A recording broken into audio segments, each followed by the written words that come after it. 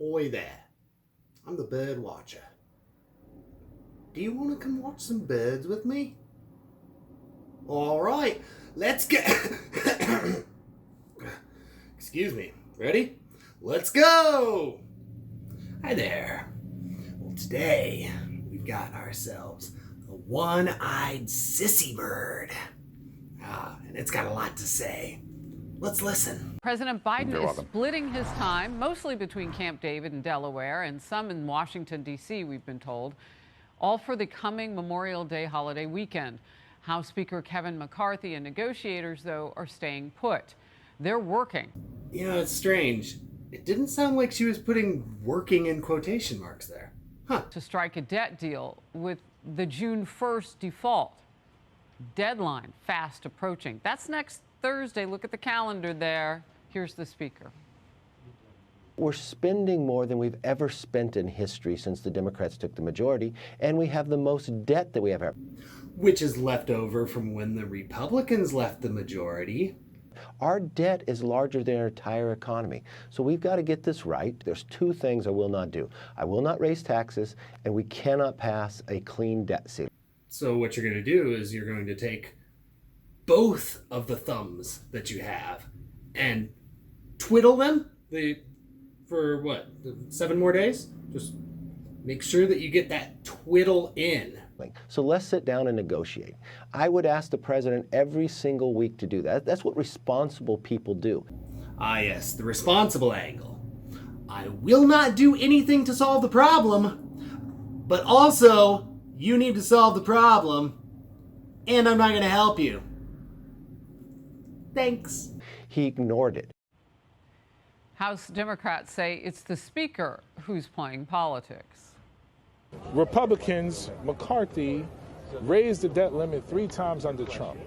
Now, because a Democrat is in the presidency, now he has an issue with that. That's politics. That's not governance. Kevin McCarthy needs our votes. He does not have what is necessary to negotiate. And for any question about what anybody would settle for, he has responsibility to concede. But you're willing to tank it if it's not? They are willing to tank it. No, sorry. The latest Fox News poll shows Americans prefer the idea of spending cuts. A majority, nearly 60%, say Congress should cut spending if they are going to raise the debt ceiling. And when you break it down by party, even 42% of the Democrats think spending cuts should be in the mix. Republican Congressman Dan Crenshaw of Texas, member of the Intelligence, Energy, and Commerce Committees, is in focus today. Great to see you. I want to start with who's staying back to work. I know I had read that you got to be on quick call within 24 hours to come back. Why not just stay in D.C. and get this thing done? Well, of course, there's only a handful of people actually doing the negotiations, and it's on the Democrats right now. Okay, Republicans don't need to feel like their backs are against the wall. The Democrats do, and behind closed doors, they're definitely panicking. Could it possibly be that they're scared behind those closed doors because they think that there might be a one-eyed sissy bird hiding in the room and they don't want to get eaten by it? No, you just played some of their rhetoric. None of that rhetoric makes any sense, right? They're talking about us defaulting on the debt. No, we already passed a bill that increases the debt limit. We already passed it. The Democrats haven't come back with anything. We already provided you with this steaming pile of shit for your dinner. Why are you not eating it? Here's a fork. Go ahead. We're not going to eat it. We're definitely not going to eat it. But you need to. It's yummy. So until they do, they're going to continue to dig themselves into this hole, and they have to lie to the public to try and make a counter argument. It's not working very well. You just read the polling. Americans on our See, occasionally one-eyed sissy birds are actually mistaken for sea lions because of the noises that come out of their mouths. side with this. Well, absolutely they are, because they see what happens when you have more bills than you have money to pay, because they're dealing with high inflation right now. Ah, yes. A foxbird that would like to conflate two things because they both have to do with money, so they're the same thing, right? Man, I wish I could have that lady balance my checkbook. They are literally living their own debt crisis. So trust me, they get it. I just want to spell this out because this is a little unbelievable, Congressman. So when we hear the speaker say he really acquiesced, considering that they're still holding out with their absolutely non-starter agenda, I don't know if acquiesce is the right word. They definitely holding strong at destroying America. So, yeah, they acquiesced. just even being so patient for 97 days, we actually hit the current debt limit of $31.4 trillion back in January, and the Treasury Department has been using extraordinary measures just to get to this point. We're out of time. Yeah, we are. Oh, yeah, we are. We're at the end of our manufactured deadline. And now what we were hoping would happen's gonna happen. And look at it, and how that default happens is kind of anyone's guess, and it's complicated. I mean, you do get revenue on a consistent basis, but yeah, we are out of time, and everyone is treating June 1st as a hard deadline when at least some bills can no longer be paid, and you'll see the markets react. You know, it'll be a problem. And again, the Democrats have backed themselves into a corner here. They've left themselves no other options because they've let their rhetoric get out of hand. They've let it become very extreme. Yeah, extreme rhetoric, like, we didn't try and hold your feet over the fire when we raised the debt ceiling 3 times under your boy Trumper. And we didn't require any draconian measures to be taken against your caucus, against your ideals that you've put forth in the world. We didn't force everyone in America to give up their guns in order to pass a debt ceiling. No.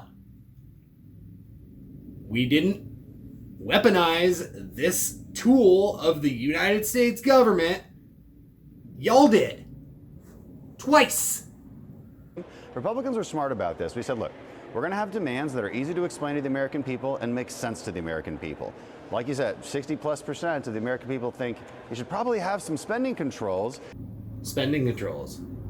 Like what you do in a budget, huh?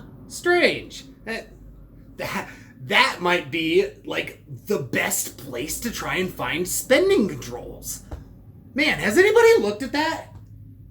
Has anybody looked at the budget? If you consistently have to raise your own credit limit. And maybe those spending controls should be things like, hey, let's claw back some of the money that's unspent for COVID-era policies. All right, let's maybe not spend $70 billion hiring a bunch of IRS agents.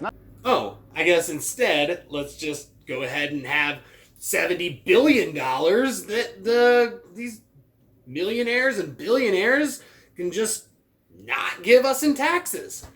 And with no way to double check, I mean, I'm sure that they would be absolutely circumspect on all their documentation with nobody to double check. No enforcement. Yeah, just like I'm sure you would. Let's not forgive a bunch of student loans for doctors and lawyers, because that doesn't make sense. These are very reasonable things. Like, hey, look, if you're an able-bodied single adult, maybe you should have work requirements if you're getting government welfare checks. Maybe if you know everyone in America who's down on their luck so well, then you can just come on over and clean our taints one by one. Everybody agrees with this stuff. We're in a very good place, and the Democrats have offered nothing in return. In return? Like on your taxes that you're probably cheating on? Since you're advocating for millionaires and billionaires to be able to more readily cheat on their taxes?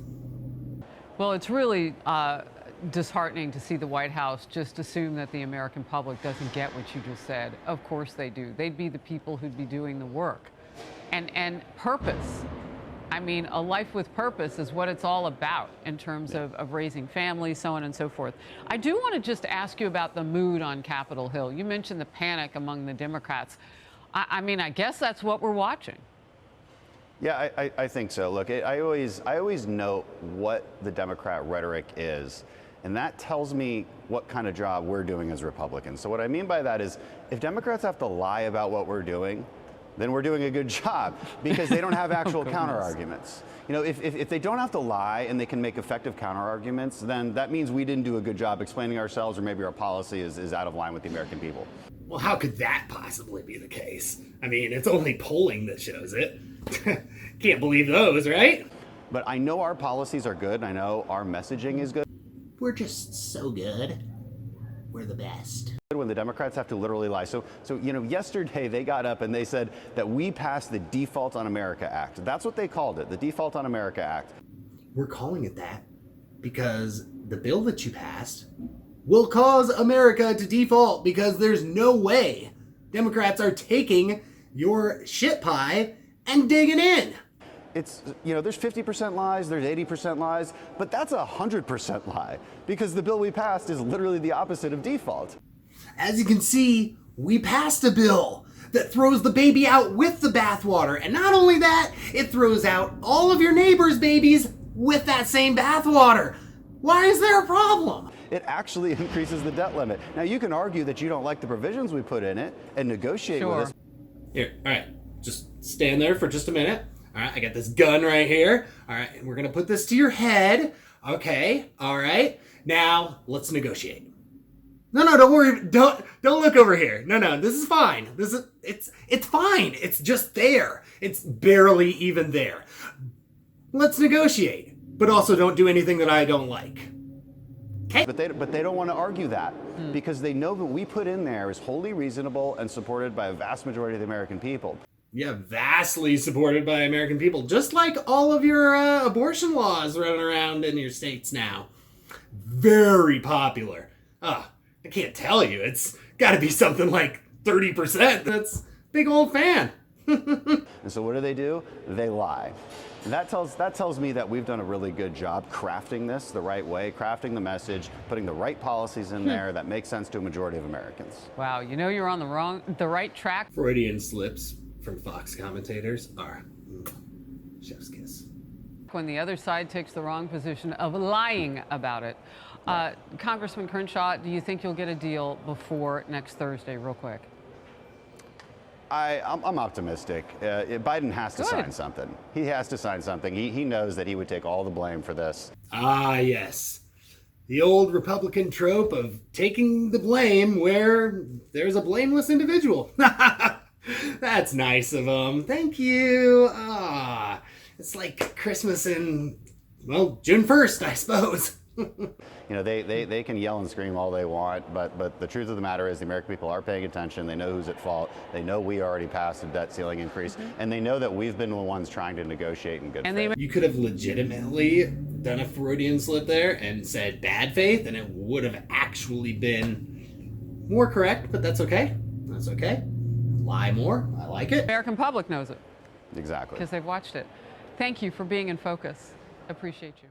All right, everyone. Well, I hope you enjoyed this display of the one-eyed sissy bird. Come on back next time, and we'll check out another bird.